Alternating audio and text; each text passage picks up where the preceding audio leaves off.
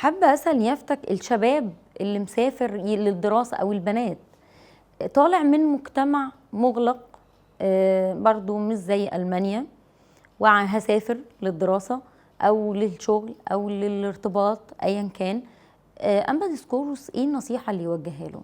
هو بالمناسبة عندنا نشكر ربنا ان اكبر تجمع شبابي على مستوى الابروشية في جنوب المانيا هي كنيسة مريمينا بميونخ. اشكر أيوة. ربنا ان عندنا 3 جامعات، والجامعات دول مشهورين جدا، والمستوى بتاعهم على مستوى الجامعات العالمية حلو خالص. في اولاد وبنات بيجوا من مصر خريجين المدرسة الألمانية أو الجامعة الألمانية GUC، وفي منهم بيكمل ماستر أو PhD. فأنا أؤيد طبعا ولادنا وبناتنا يطلعوا يدرسوا ويشوفوا الناس متقدمين في الجامعات ازاي بره، بس اطلب منهم طلب طبعا. اللغة رقم 1، في عندنا بالانجليش وفي عندنا بالدويتش بالجرماني. النقطة التانية ان انت اوعى تسيب الكنيسة. كل كنايسنا في اوروبا او في المانيا مفتوحة.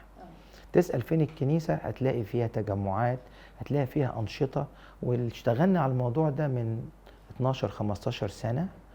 ان انت بتطلع سنجل لوحدك، بتيجي في الويك اند بتلاقي نفسك مش عارف تروح فين. لما تخش المجتمع بتاعنا في الكنيسة بتمارس حياتك. يعني هديك مثال بسيط خالص.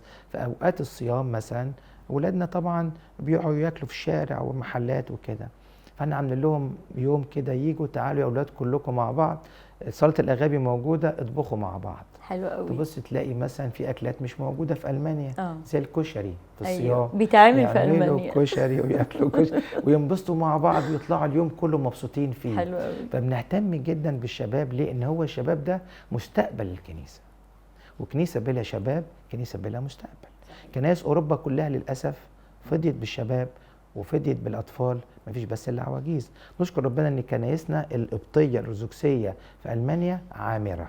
حلو قوي. عامره، نشكر ربنا يعني.